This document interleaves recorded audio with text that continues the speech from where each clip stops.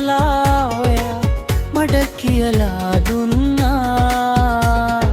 ඒත් එහි සත්‍ය තේරුම තවමත් ඔයාට නොතේරේ. තව වරක් මාරවටටන්න එපා. ඔබේ සෙවනෙම මල් වැටෙන තැන. මේ මල් අසුනේ ටිකක් නිදාගන්න. අඳුරු මතක අතීතයට මිදෙන්න දෙන්න. මතක සියල්ල සුසුම් වෙලා හිම් නැකෙයි. අවසානයේ නිහඬ වාදරේ උත්තරේ